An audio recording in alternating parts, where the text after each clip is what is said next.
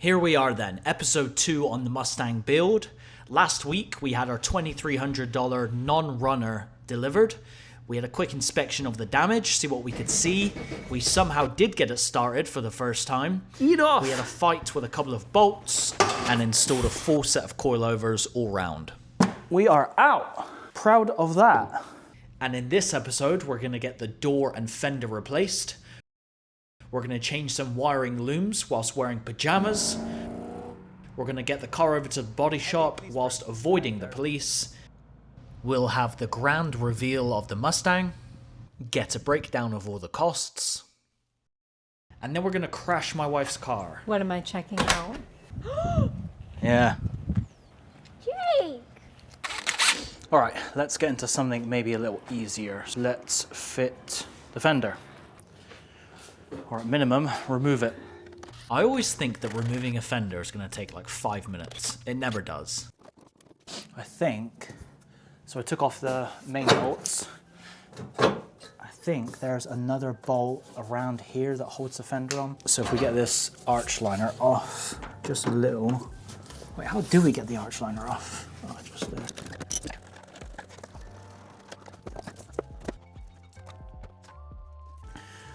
Took the wheel off because better access. It was just annoying me. Yeah, it's a lot easier when that car is in the air and the wheel is off. So instead, whipped out the quick jacks, whipped off the wheel, and the fender finally comes off. Had a friend stop by to check the car out, used him to help me get the door off. I wouldn't trust it. Yep.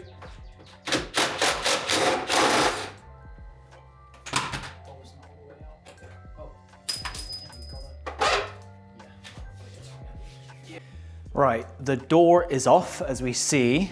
I did make a mistake when I took the red door off of the car we took the door off of, and I'll show you the mistake I made.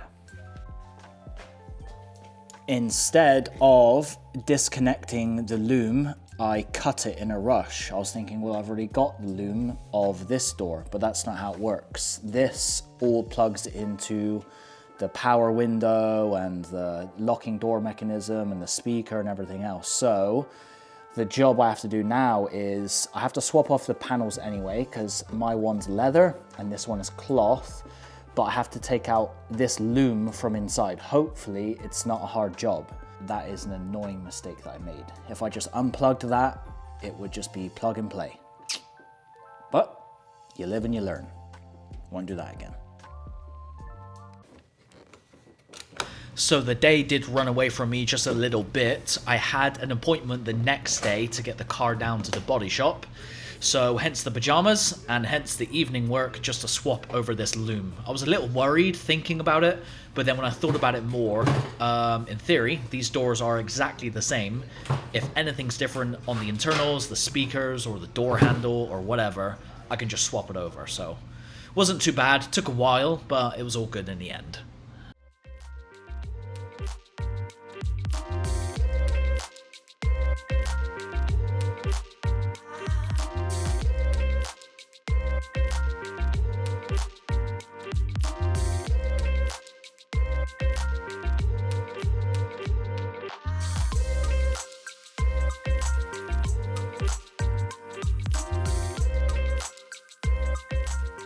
And there it is, the pre-approval from the freshly bathed puppy.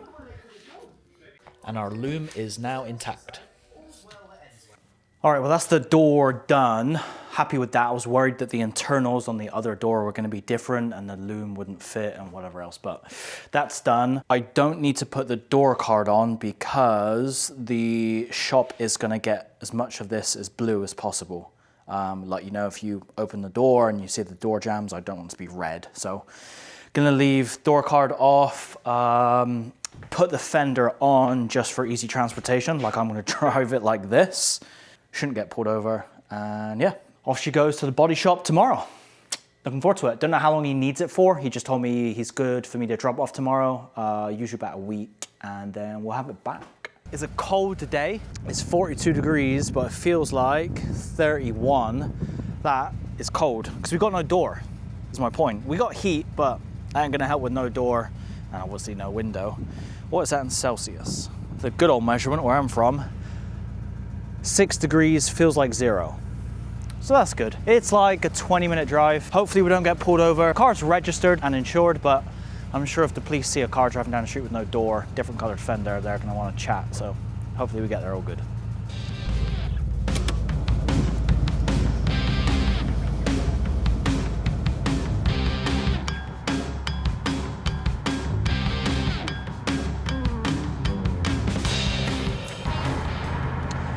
Well, we just drove past the police, just the road back there. Let's see if they come and chat to us. Because I don't know if they impound it or something. It's weird driving without a door, so let's see. Hopefully they just leave me alone. There they are. He wouldn't have seen my door. Now I'm gonna go left because he's already turned. How is there so many police out today? What the heck is going on? No chats from the police, instead just a couple of in-progress shots from the body shop. Always happy to see these in midweek when I'm at work. Makes me excited for the build.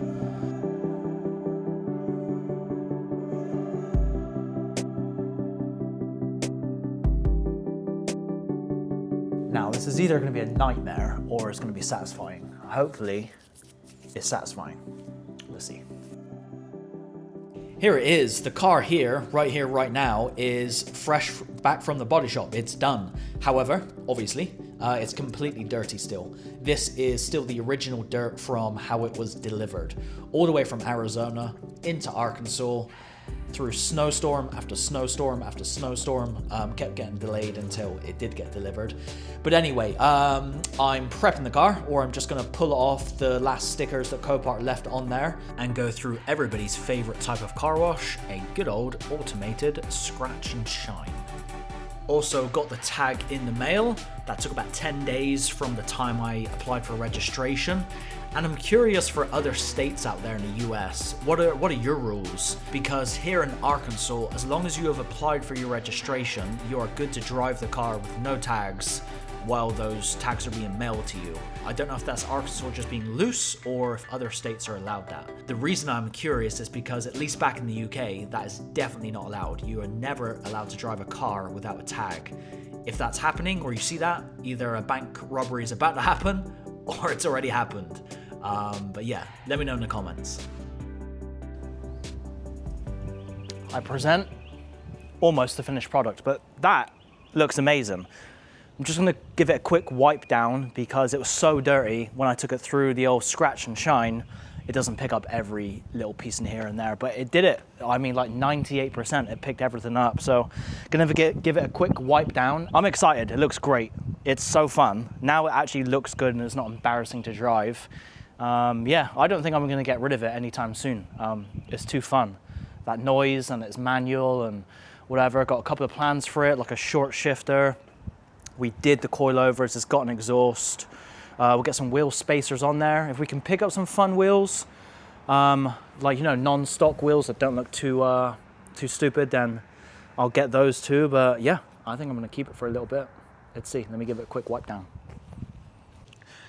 All right, so I'm gonna show you guys what I'm in the car for. It's more than I thought. I just wrote down some quick notes. It was, yeah, more than I thought. So let's see. So for the car, I got it for $2,300. That's for the car itself. Unfortunately, is what it is. Fees from the auction site, $1,177, $840. Shipping, so that's $4,317 subtotal, and then we need to fix it, right? We went super cheap with the coilovers, $50 control arm, tie rods, inner and outer that is, 35 bucks. The greatest deal of all time, I think, was $100 for the fender and the door from a crashed Mustang. So all in, that was a big fat $4,832. Again, higher than I thought. Not too high though. Mileage is at 138K. But yeah, salvage title, 138K, manual transmission. These are painted racing stripes. go faster stripes. They're not vinyls, they're from the factory. That was an expensive option, kind of sought after. So I think we're gonna make a small profit, to be honest. I like the car, so I'm definitely not in a rush to sell it. We're gonna throw some mods on there. As we all know, mods don't equals return in value. But yeah, I'm happy with it. Yep, as I said, I think we're in it for a good deal. Check it out, I love it. It's been a really, really fun drive.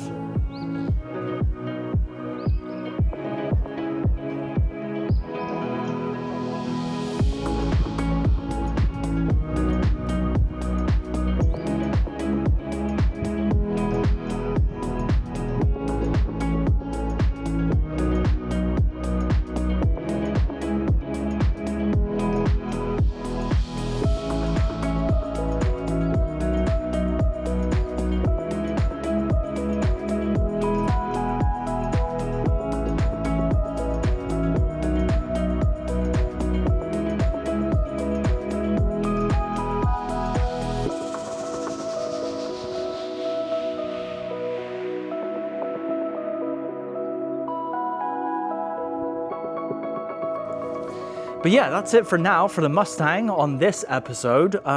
This was just the finalization and kind of the reveal and get it wiped down and cleaned up. So next episode is going to be the mods, I guess. Short shifter, a couple of those fake side scoops and side window scoops. Let's see, and we'll adjust the coilovers. I literally haven't adjusted them since I put them on, so they're not sitting perfectly flat, so I'll get those adjusted. I do need it aligned, actually. It tracks straight, but the steering wheel is just a little like that, so I'll get it tracked. But yeah, super happy with it. I don't think I'm gonna sell this quick. I was never in love with that Golf R. A clean title Golf R manual runs like $23,000. That's way too high. That for me is, you can get a lot more car, or get the GTI, have your budget, and then play with some mods. So that's us for episode 2. Here's a little sneak peek on what will come next week on episode 3. Thanks for sticking along. All right, we're out. Don't even need to lube it. I am the bushing press. We leaking? We're leaking already. We need to not make a disaster of this. Bridge. You're in a cool car. But what if you don't think it's cool? You're going to jail. That is jail. You're right, it is jail.